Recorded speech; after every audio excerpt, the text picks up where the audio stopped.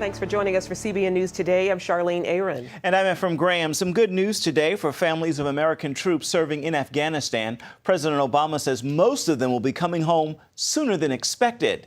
The announcement comes as the president offers a new foreign policy focus, but it's reviving criticism. He's weakening America's standing in the world. Gary Lane has details.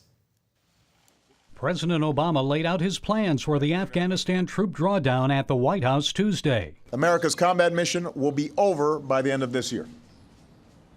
Starting next year, Afghans will be fully responsible for securing their country.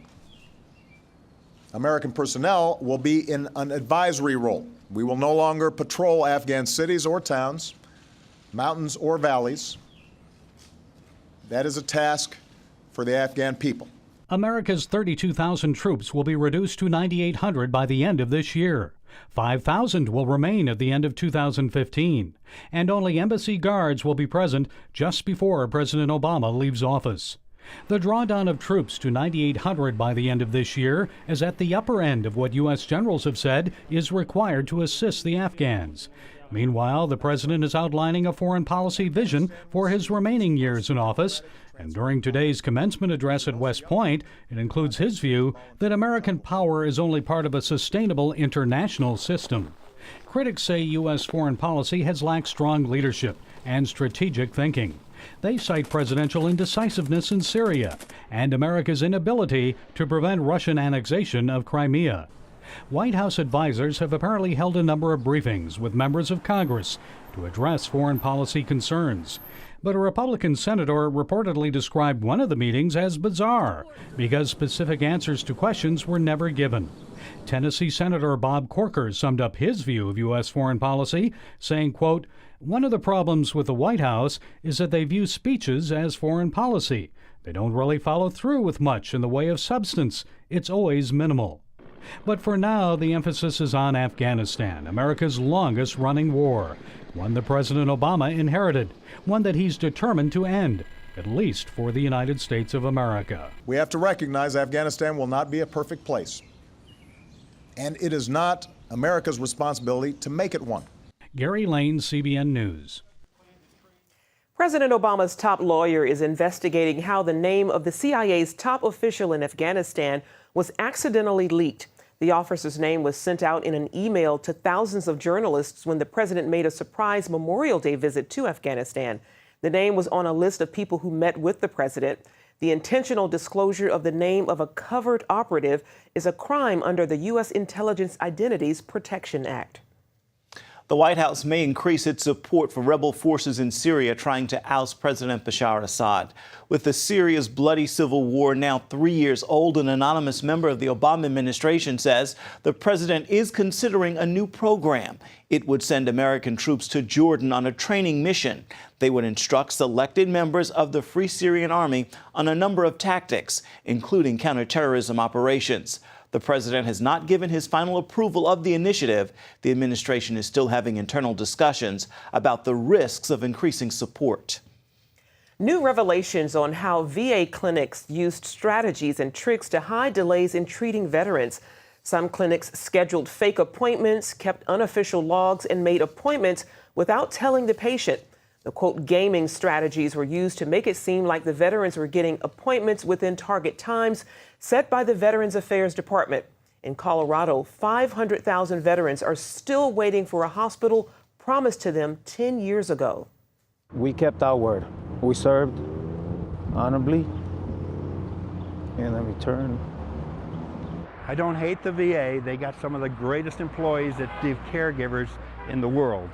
But their management, they got to change.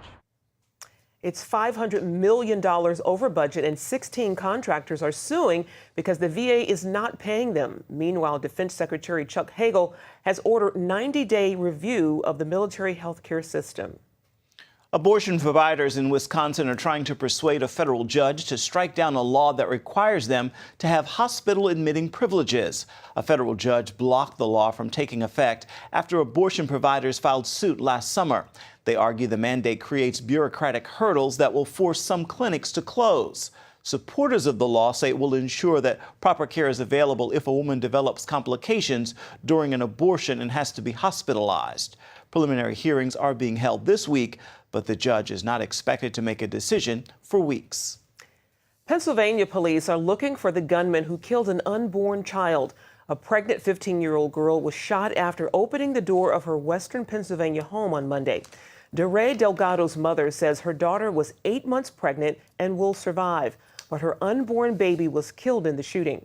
Police believe 3 people may have been involved in the attack, and they could be charged with murder. Pennsylvania is one of nearly 40 states with fetal homicide laws. A pregnant woman was stoned to death by her own family outside a courtroom in Pakistan Wednesday.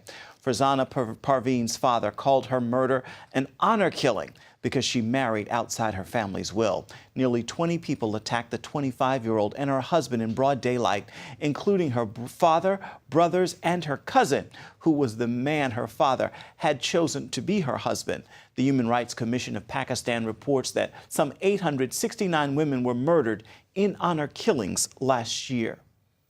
Political turmoil in Thailand as the country's military took control of the government earlier this month, but Thailand faces great social problems as well. It's home to the world's largest sex industry. Each year, tens of thousands of tourists from around the world travel there to fulfill their fantasies. One Christian ministry in the heart of Bangkok is helping young prostitutes and tourists to find a way out. Lucille Toulousan has this story. At age 14, Mint quit school because her family did not have the money to support her studies. She wanted to escape poverty, so she left her rural home to work in Bangkok. But here, she met a man who got her pregnant. After giving birth, I brought my son to the province. I went back to Bangkok to work in a massage parlor, but later on, I was enticed to go into prostitution because I needed the money. But Mint had to bear the shame and face the danger that went with it. I was always doing drugs and drinking. There was no way I can do the work without getting drunk first. One time, someone smothered my face with a pillow and tried to rape me. At that moment, I remembered someone told me I can pray to God, and so I cried to God to help me, and I survived that night. A few months later, a Christian introduced her to Nightlight ministry. I experienced God's love when I came to Nightlight. We get to read the Bible and worship. He gave me a new life, and now I want to serve Him. Nightlight rescues women and children trapped in the sex trade industry. It also trains women to support themselves by silk screen and jewelry making. Nightlight founder Annie Disselberg says prostitution and human trafficking have increased rapidly in Thailand since the ministry started in 2005. Thailand has very good anti-trafficking laws, excellent, but it's very hard to enforce them. I hate to say it, but there's a lot of corruption. Last year, Nightlight assisted 26 trafficked women, mostly from Uganda, to go home. We know that God's heart is out there with these women. He longs for them to know that there is a way out. Annie is grateful that CBN's Orphans Promise provided funds to remodel the Nightlight Outreach Center, turning the ground floor into a coffee shop. This is the location of the City Light coffee shop that Orphans Promise helped build right at the heart of the red light district here in Bangkok. And as you can see, the location is very strategic because it is right in the middle of 2 bars. And through this coffee shop, the Nightlight Ministry, together with Orphans Promise, will be able to reach out to more women in prostitution and even the male sex tourists. Men and women can come in off the street to get a good cup of coffee, and there will be people available who are willing to listen to their stories, to begin to build relationships with them. And out of those relationships, then we earn the right to speak into them, to give them hope. The center is also used for prayer and worship, Christian parties, and medical clinics. A transformed Mint also helps in the outreach programs. God has given me a burden for the women in the streets. I invite them to our parties where there's free food and I paint their nails. I share Christ with them to give them hope in their lives. Together, Nightlight and Orphans Promise are giving more and more women like Mint a better opportunity for a new life. Lucille Toulousan, CBN News, Bangkok. Nigeria's leaders reportedly cannot agree on how to save those kidnapped schoolgirls. The country's military chief says a rescue operation is too dangerous and would get many of the hostages killed. Meanwhile, President Goodluck Jonathan is refusing to negotiate, turning down a demand to release prisoners in exchange for the girls. A community leader from the area where the girls were taken says the government is creating confusion by not speaking with one voice. Now, Boko Haram is suspected in 2 more attacks that killed more than 54 in northern Nigeria on Tuesday. Coming up, it's a modern-day gold rush. A new generation of prospectors is finding fortune beneath the plains of North Dakota. See, the oil boom has transformed one state.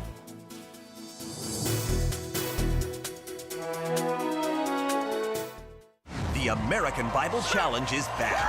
Premiering May 22nd at 8/7 Central, Jeff Foxworthy is ready to play. The whole family's gonna love it. Kurt Franklin's gonna sway. Are you ready? And you'll see the Bible in a whole new way. Don't I look chic? That was impressive. An all-new season premieres Thursday, May 22nd at 8/7 Central, only on Game Show Network.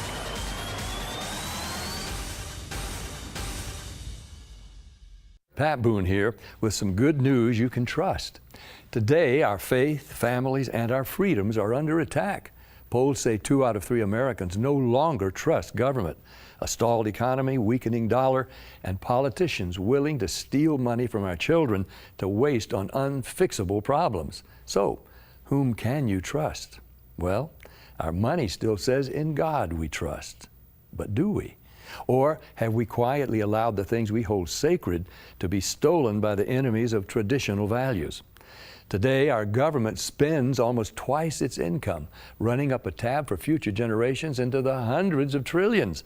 How can you stop this from happening to your family?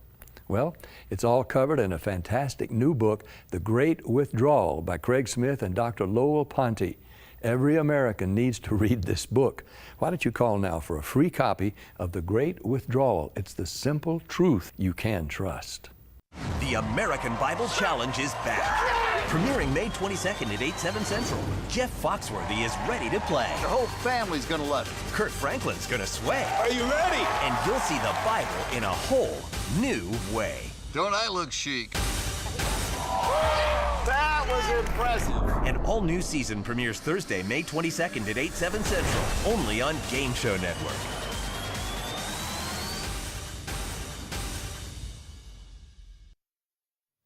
Fighting urban blight could cost the city of Detroit up to $2 billion. That's the finding of a newly released report from the city's blight removal task force.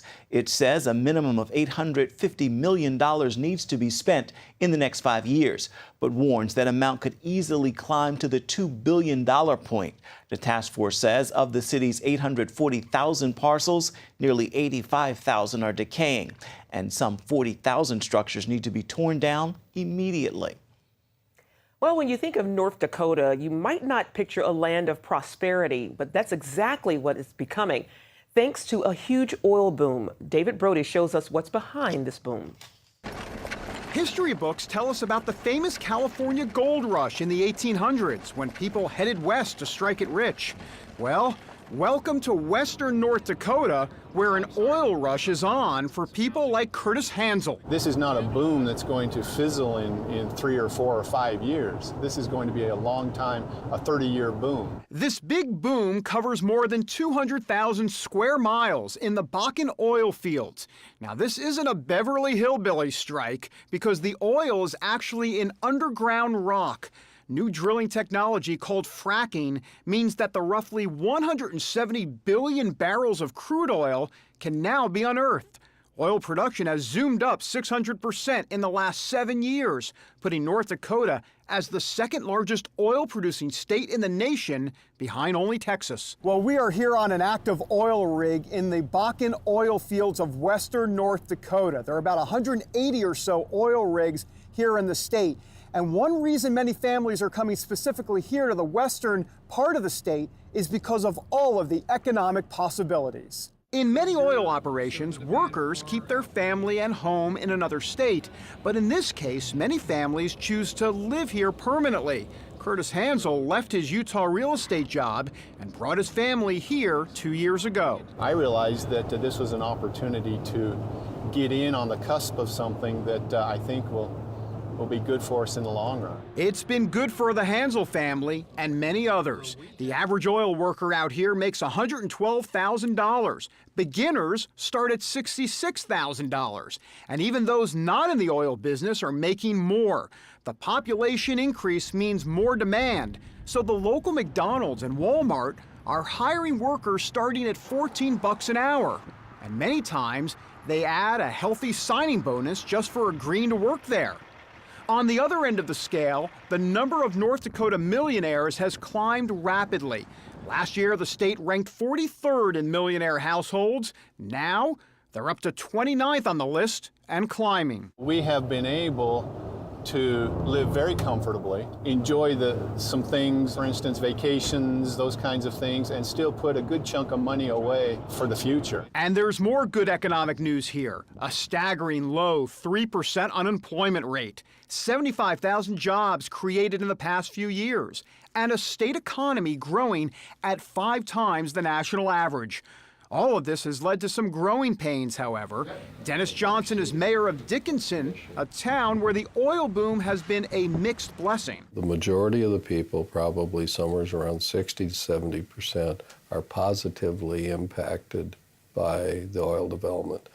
But there's probably a minority of 30 to 40% that it's a negative impact. Take housing, for example. Demand is so great that 2-bedroom apartments that used to rent for $500, they're now going for close to $2,500. It's increased our housing costs quite a bit, and I feel sorry for people that don't have the big oil jobs. And the increase in people has led to more crime, especially among the young single men hoping to strike it rich. It's a scary place out here for women. And when girls come out here now, they think it's flattering like I did when I first got out here. And I very quickly reassure them that it's not, and they need to be very careful because these guys they'll take advantage of you. There's no doubt this Bakken oil field area has challenges, but for Curtis Hansel and families like his, the positives surely outweigh the negatives. If we do our part, that God will take care of us.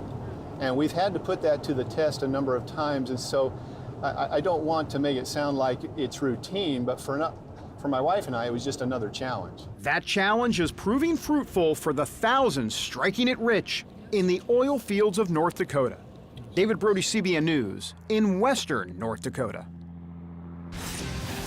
Up next, inviting God to the operating room. Meet the surgeons who pray and their patients who say they've seen amazing results.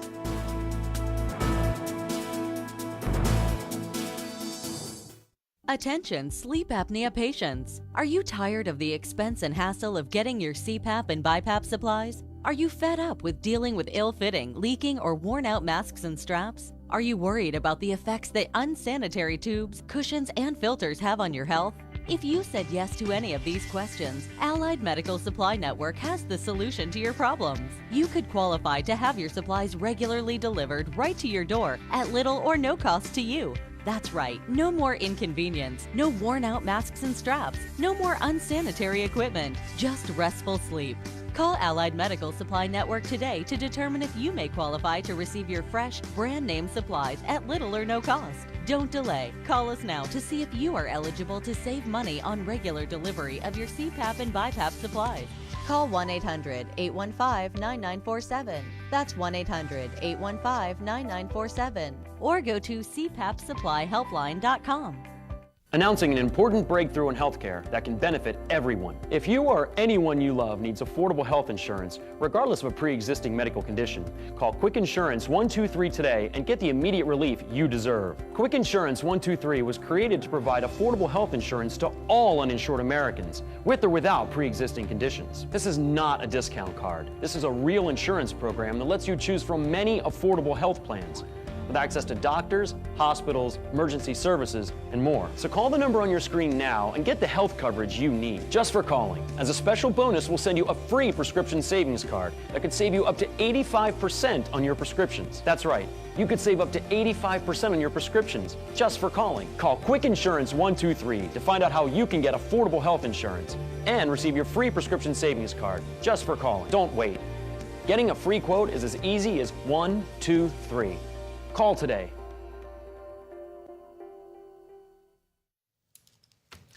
If you are facing an operation, you normally depend on your doctor for his surgical skills, and you look to a chaplain or your pastor for prayer. Now, a growing number of surgeons are also praying with their patients before they operate. Paul Strand has that story. It would be against his oath if Dallas heart surgeon Mark Poole didn't study every patient's case before operating. But he also feels it's against his calling if he doesn't at least offer to pray with them. God is the great physician. He's the one that controls life and death. Poole looks at the scalpel as his instrument during surgery. In the same way, I see myself as an instrument in the hand of God. So I'm the one doing the operation, but He's the one guiding me. We know about your love because you sent your Son. We know about your power because you raised Him from the dead. And Poole wants to pray with his patients so they too can focus on that great physician. When folks are facing medical emergencies, some people would say that's exactly the wrong time to pressure them about spiritual matters. But most patients say it actually takes much of the pressure off to bring God and prayer into their situations, and they appreciate it. Take the case of Tom Pryor. His risk of dying was probably 90% if he had no surgery. Even if you do an emergency surgery, the risk of dying is about 30%. When Poole brought up praying, I was slightly taken back for just a second, and then realizing my condition and the things that were going on, I thought it was probably a pretty good idea. Pryor said Poole's prayers calmed and relaxed him.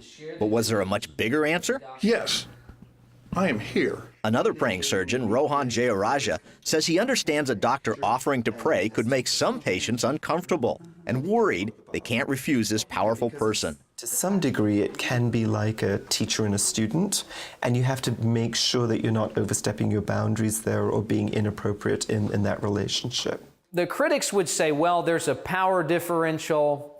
You're this powerful doctor, this poor patient's there helpless, and they feel like if they say no, you might not do your best during the surgery or something like that. I think it's important to be sensitive to the fact that there are patients, number one, who may not be Christian, and number two, who may not believe in God at all. Still, Jayaraja says he's witnessed God do so much at his hospital, he can't help but believe and pray. I see the hand of God every day. I always say that with the work that I do, it's almost like every day is going to church. Poole, too, has seen miracles. For instance, with a patient whose heart just stopped one day.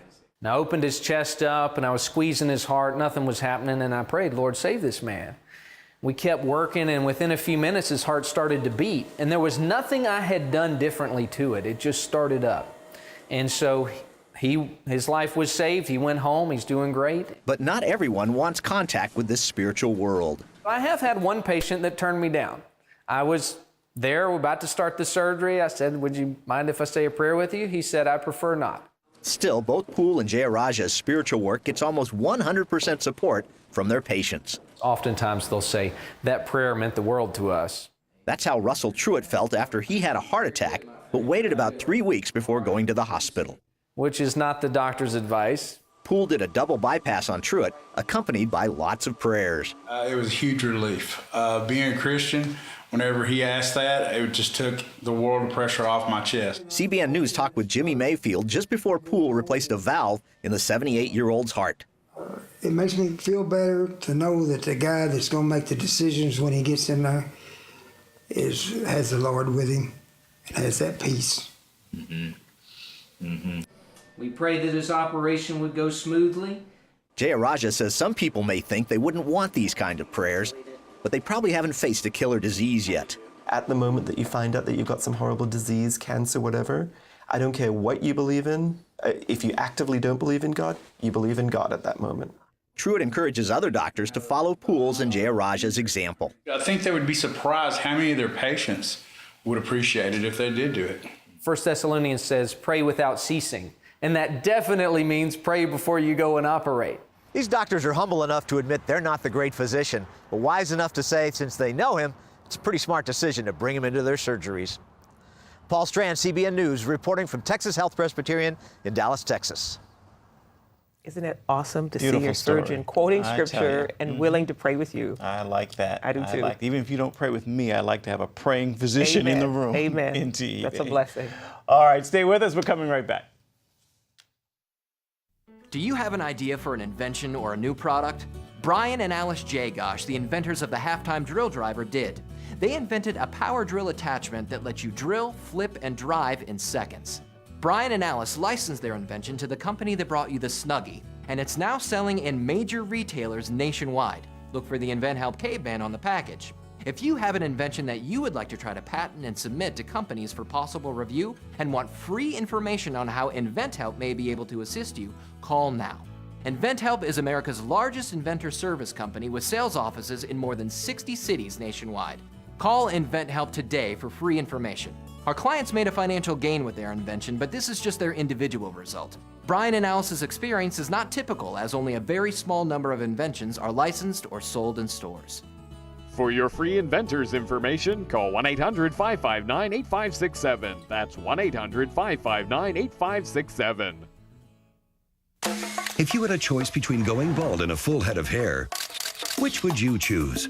Advances in medical science have resulted in the world's first and only permanent solution to hair loss. Yes! You wash it, you cut it. It's your own real, naturally growing hair. When it comes to hair restoration, no one in the world has more experience than Bosley. The results look completely natural and are affordable on nearly any budget. But the entire process can't be explained in 60 brief seconds. So to find out more about this clinically proven and permanent solution to hair loss, call now to receive your free no-obligation information kit. It'll answer all of your questions about hair loss and hair restoration. Plus, we'll also send you this $250 gift certificate just for calling. Every day you wait, you're losing more hair. So don't put it off any longer. You owe it to yourself to find out the facts. Choose hair. Choose Bosley. Call 800-868-9957. That's 800-868-9957. Finally, two half-sisters have a lot of time to make up for. Indeed they do, after recently learning they're related after 85 years apart. Zelda Gates and Rita Knight met for the very first time. The two share a dad, but were never told about each other. Zelda discovered her lost sister after reading her father's will. I just wondered what he was like and wonder how it's come he never tried to find Mother, or Mother didn't try to find him. I don't know what the connection was or what happened between them. I've often wondered, but I never did know. Mother didn't never talk about it. And I asked, but she was rather evasive, so I didn't push it. Well, I think it's wonderful.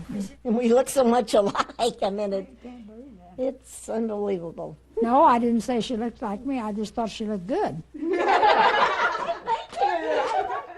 It's like looking in the mirror. Although the sisters do live in different states, they say they do look forward to building a relationship, one that will last indeed. They even kind of sound alike. They do sound exactly Indeed, alike, actually. indeed. They look alike, too. Nice reunion. Awesome. Well, that's it for now on CBN News Today. You can find more of our exclusive coverage of the issues you care most about at cbnnews.com. Take the time to tell us what you think about the stories you've seen here today. You can do it on Facebook or at CBN News on Twitter. Hope you join us again right here next time. Make it a wonderful Wednesday, everybody.